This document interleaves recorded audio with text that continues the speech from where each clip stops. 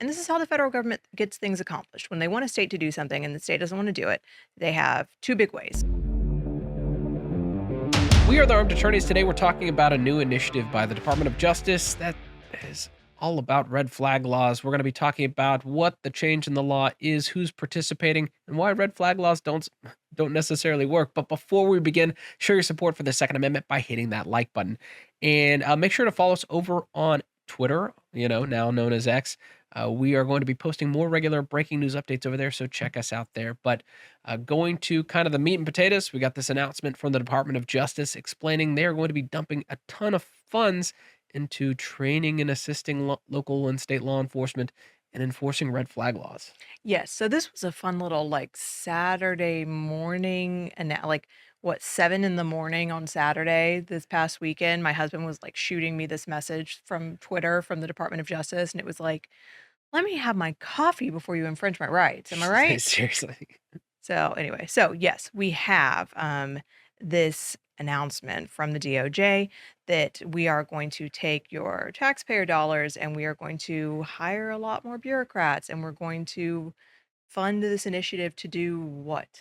Yeah, well, I mean, Truly. that's the $1 million question. We have a statement from Kamala Harris. Let's check that out. The second reason I'm here is to announce that today I'm launching the National Resource Center for Red Flag Laws. And this National Resource Center will be a place where we will, through that, provide for training for local leaders on how to use red flag laws and keep communities safe. So these are just but some of the ways that we can learn from what happened here. And of course, as you know, I will continue to advocate for what we must do in terms of universal background checks, an assault weapons ban. So besides speaking in gypsy curses, Kamala Harris gives us this announcement talking about the initiative. Now, where does this change in the law come from? It comes from the Bipartisan Safer Communities Act.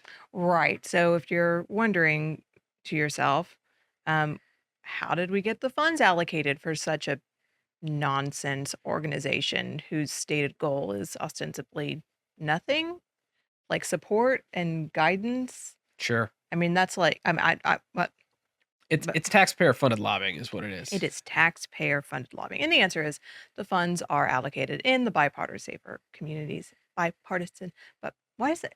Of all the times I've tried to say this, I've never said it right once. The Bipartisan Safer Communities Act. That's where the funds are coming from. And it is kind of enraging if you pay taxes Sure. because truly, I do not know what this is going to do.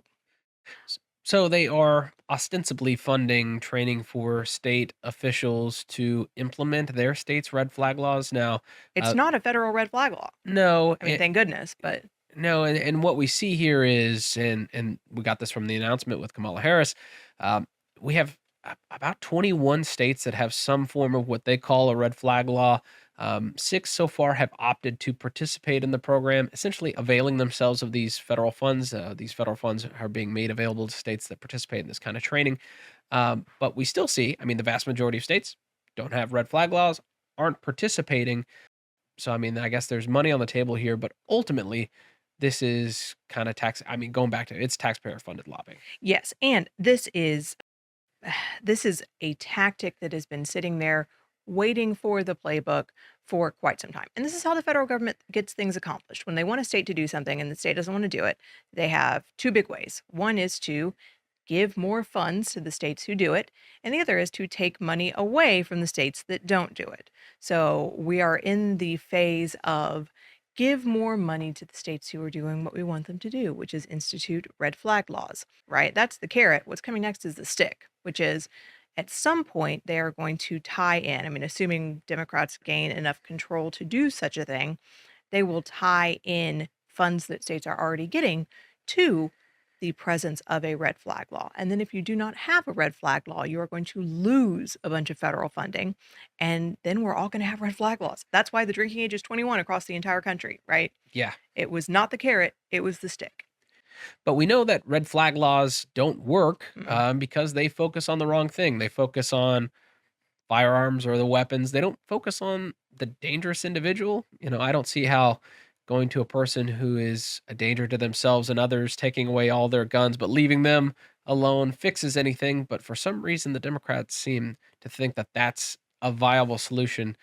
Barring aside, I mean, you see a lot of these red flag laws or the execution of these red flag warrants, they're extremely dangerous. They are extremely dangerous. And, even setting aside that part, the actual, someone showing up and taking your guns away and how horribly that can play out for all parties involved, just the nature of these laws. I have never seen one that does not violate substantive due process. Where they check the boxes on procedural due process for the most part, but substantive due process is something that is also guaranteed to us.